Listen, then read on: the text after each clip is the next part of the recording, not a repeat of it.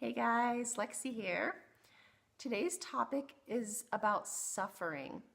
This is a hard topic sometimes to talk about, especially for us spiritual teachers, because first and foremost, I don't want to demean anyone's suffering or anyone's experience. I don't want to, brush them under the rug. I don't want them to feel like they caused their own suffering. I just want everyone to know that I really have a lot of compassion and I truly, truly understand. I was someone who suffered for a long time with a lot of emotional pain and physical pain. When I was really sick, the pain in my body would take me to the brink of blacking out. It would feel like, 20 times a day somebody was stabbing me in the gut with a knife. I had irritable bowel disease and I suffered. I really, really suffered. And when people would tell me that, suffering is a choice and that you don't have to suffer and that we cause our own suffering, I would get pissed off. I would get really, really angry because I really identified with my suffering. I really identified with my pain, and I really thought that this was my life, this is what life was about, and that there was no way out. And that was really hard. It was really, really hard. So I just first and foremost want to tell everyone I totally have compassion for you. I feel you, and I really, truly understand how hard it is to be in the mindset and feel like you really, truly are suffering. So that said, it did, after a while of me, really looking at my thoughts and my beliefs and my illness and my emotional pain and how I actually was contributing to that, I did come to a point where I did realize that suffering was a state of mind. Now, this doesn't mean that you're making up your pain. This doesn't mean that you don't have, situations and things happening in your life that you don't like. But the way we look at them, the way we choose to see these situations and move through them and work with them does determine whether or not we have a great deal of suffering or whether we're just more in a state of allowing. So a lot of you guys know I had irritable bowel disease, moderate to severe, for about 15 years. And before that, I had a lot of emotional trauma throughout my childhood. And, all of this kind of came together. And when I was, in my young adult life, in my teenage years and in my 20s, I had all this emotional depression, despair, fear going on, anxiety. And then I had all the physical symptoms of irritable bowel disease, and then it developed into physical pain, extreme physical pain. So I suffered. I really, really suffered.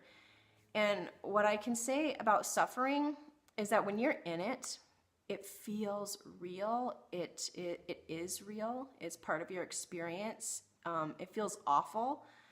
And no one wants to be there, right? No one wants to stay suffering. And so we're always, in our culture, we're taught when something happens that you don't like, say it's illness, say it's some type of trauma that causes some emotional disharmony within you. Maybe it's just even a situation that you just feel stuck in right now. We are taught in our culture when something like this happens that we don't like, that we have to resist it. We have to fight against it. This was very much my mentality when I had disease and illness. I was very much in resistance to what was going on. I was very much looking at a way to get rid of it. I was fighting against it. I mean, our medical community, here in the United States, if you hear any type of health campaign for illness, it's always a fight against something, right? It's always a fight against mental illness. It's always a fight against cancer. It's always a fight against whatever it is going on. But it's never about stopping the fight. It's never about accepting what is and then how do we live with it? Where do we want to go with our lives, So this is a really big part of what's behind suffering.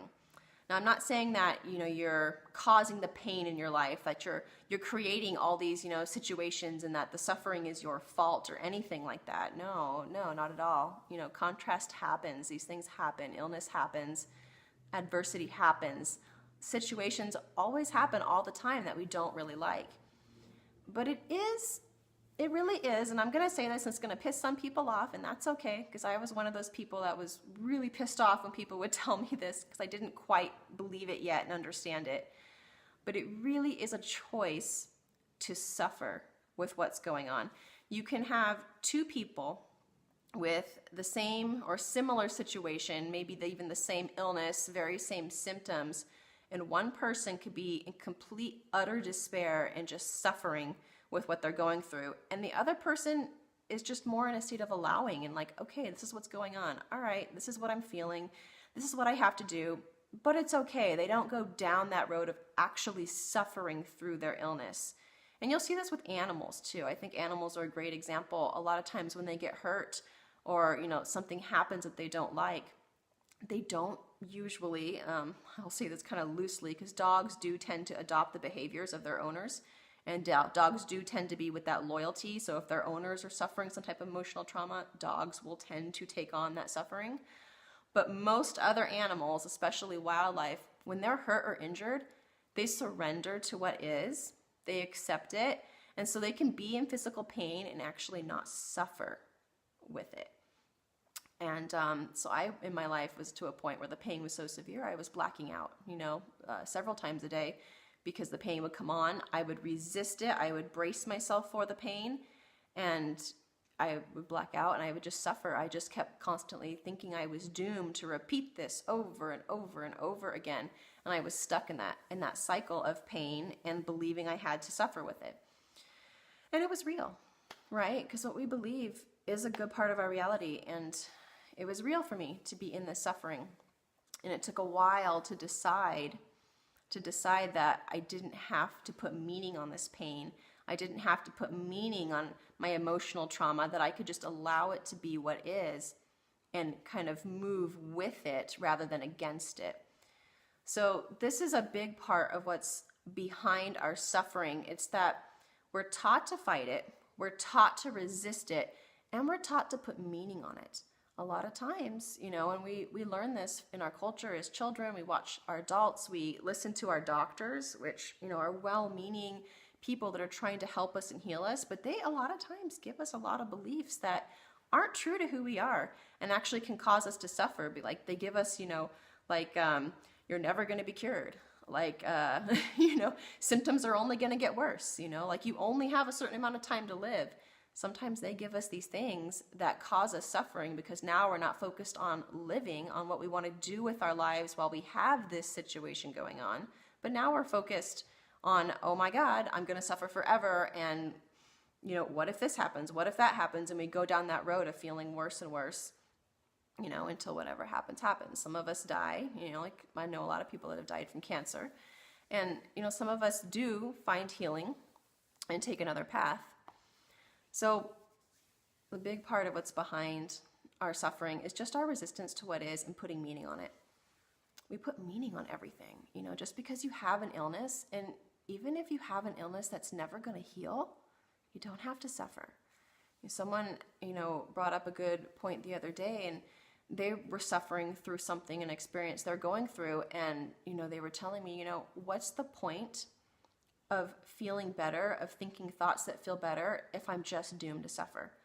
And that right there, if you believe you are doomed to suffer forever with whatever you're going on, then yes, you will. You will. If you really believe you're doomed and that life is full of suffering, you're going to find more evidence for that. Your thoughts amplify. That is going to be a part of your experience.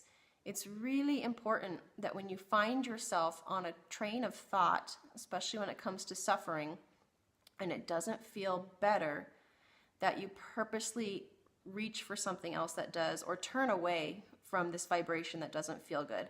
If it doesn't feel good to think I'm doomed to suffer forever, then that's not your truth. That's not true for you because it doesn't feel good. It's not true for you.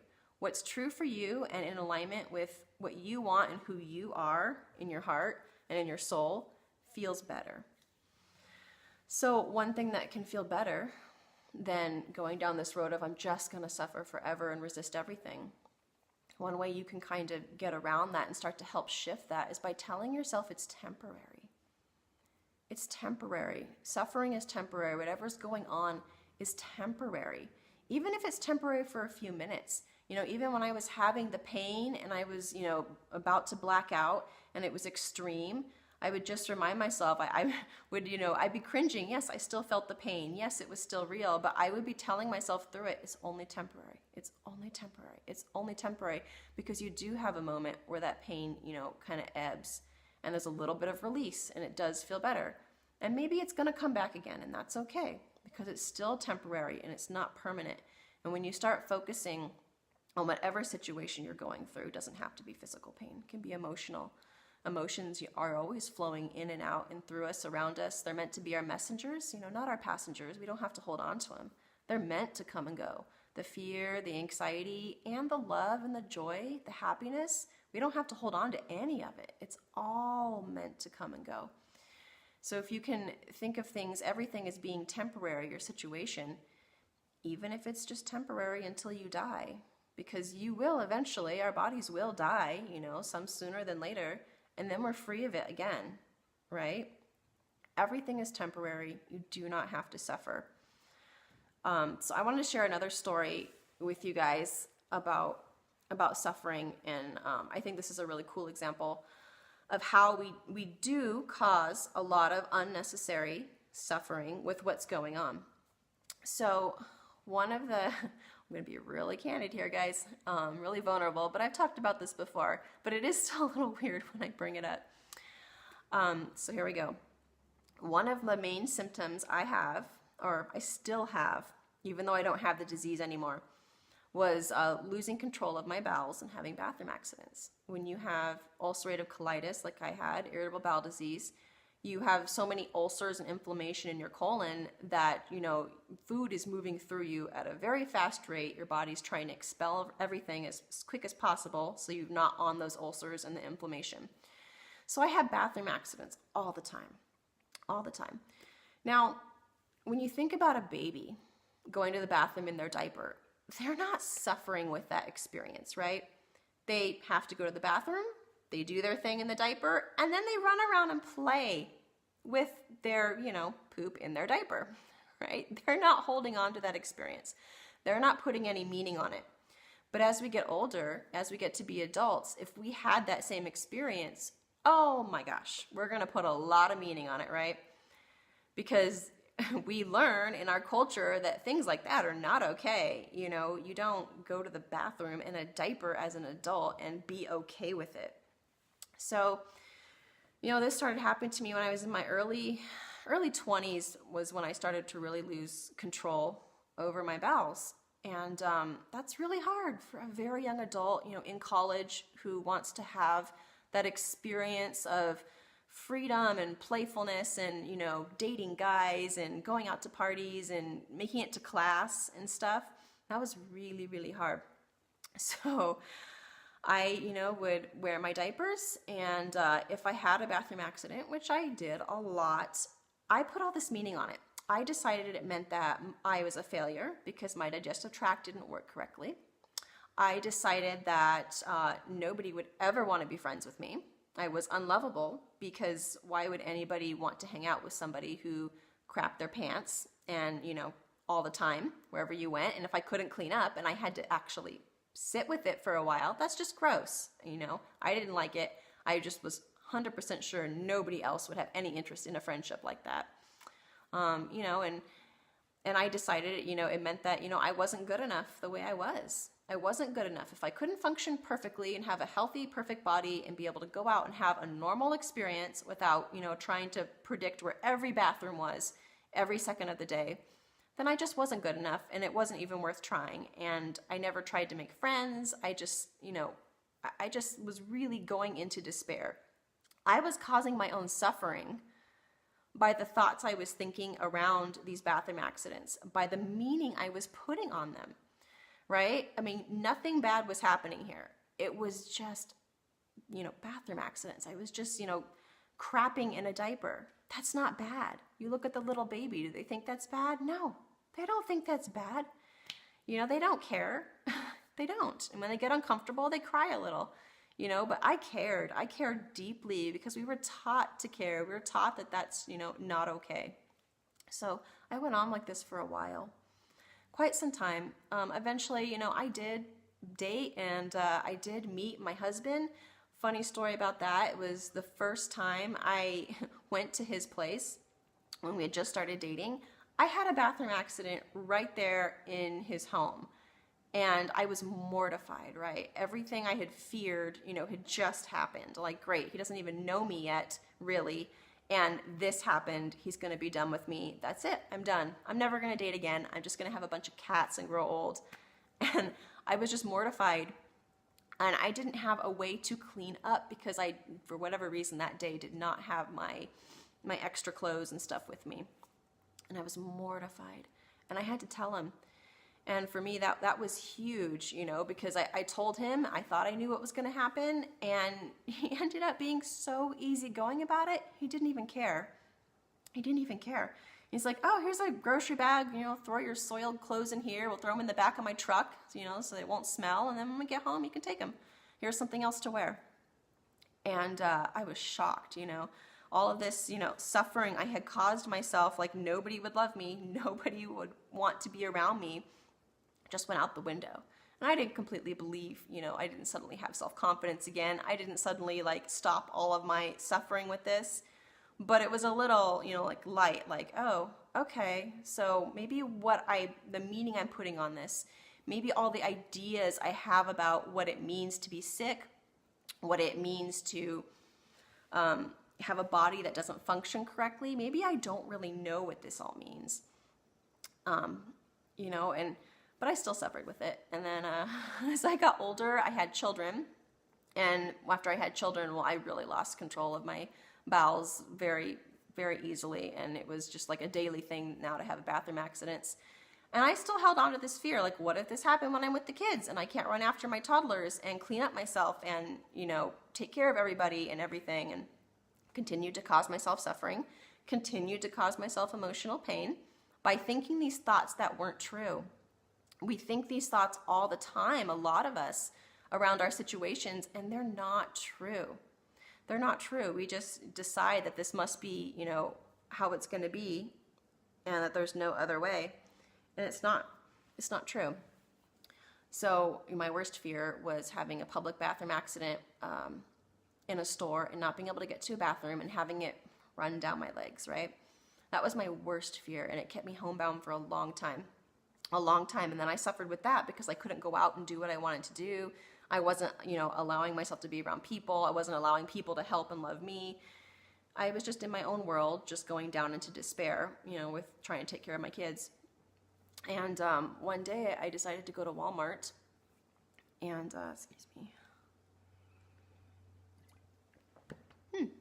One day I decided to go to Walmart, and I was feeling pretty good that day. I had my diaper on, I had on a cute dress and sandals. I just dressed up because I wanted to feel better. Just going to get something at Walmart. And it happened when I was in Walmart that I suddenly had to use the bathroom. And so I ran to the front of the store, and the bathrooms were completely closed. Door locked, everything completely closed. And, they were like, oh, you have to go to the bathroom to the back of the store. These ones aren't working. Well, if anybody knows Walmart, the department store, it is huge. I wasn't going to make it to the back of the store. So right then and there, lost my bowels, and it does start running down my legs. And I am mortified. Worst fear came true. Everybody's going to see what a failure I am. Everybody's going to see how gross I am. Worst thing came true. And I had caused myself suffering with these what if thoughts for a long time. And they finally manifested. They finally came true.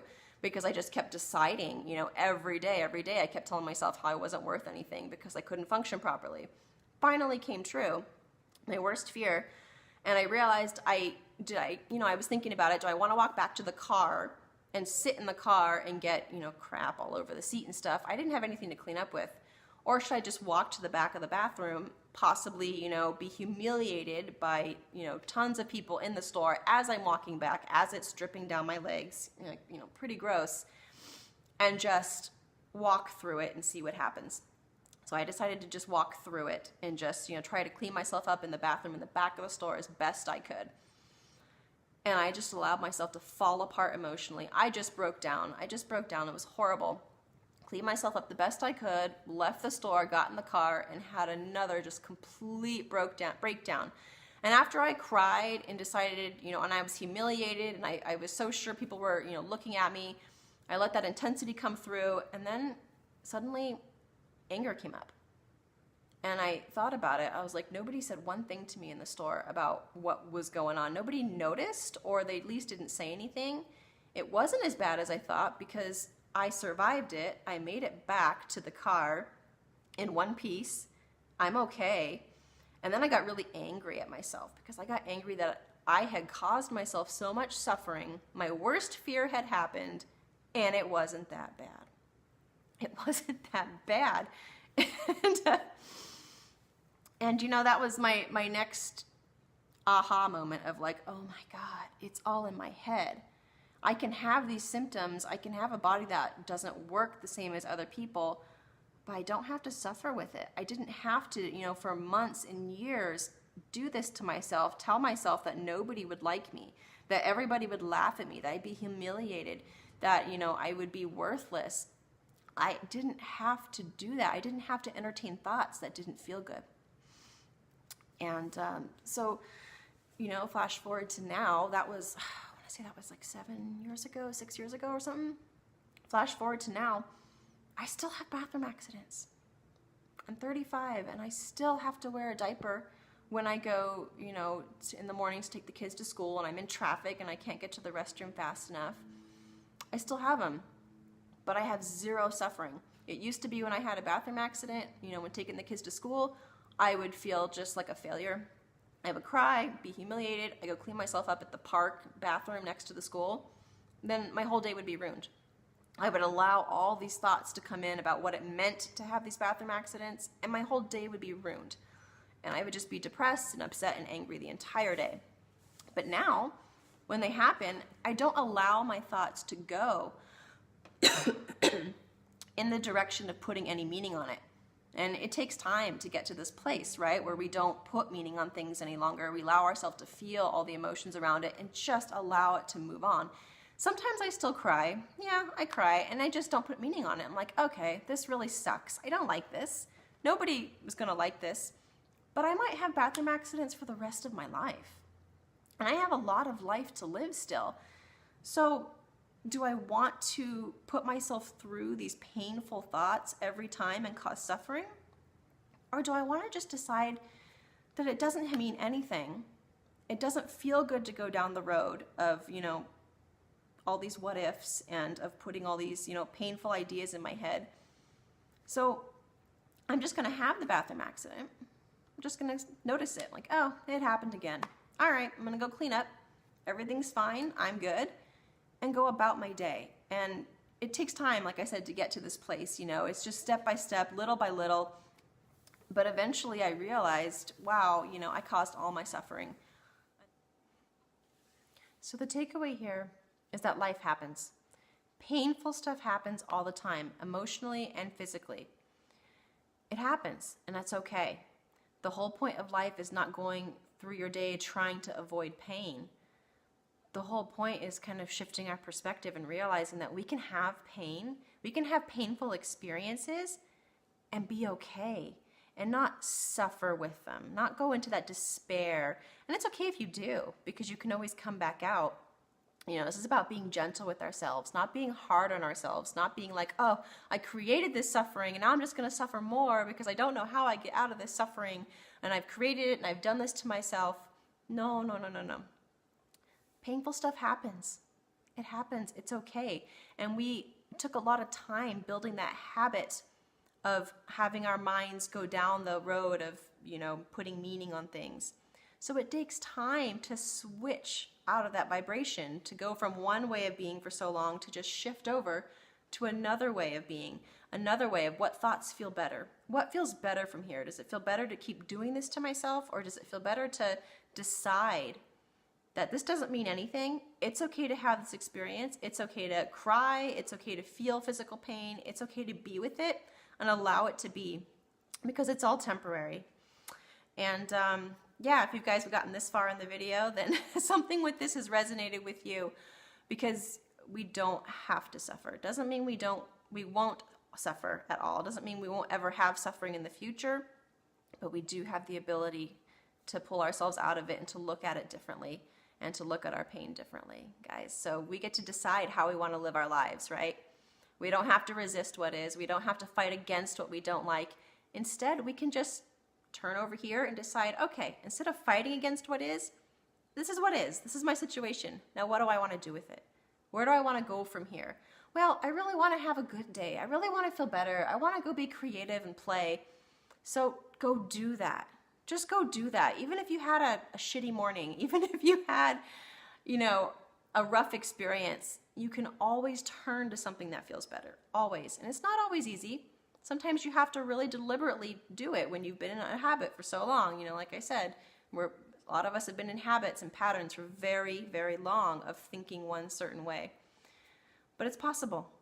It's possible to shift out of this place where we suffer, and I am a living example of it. It is possible, absolutely, to go from, suffering with something to still having this something, but not suffering with it at all and just allowing it to be.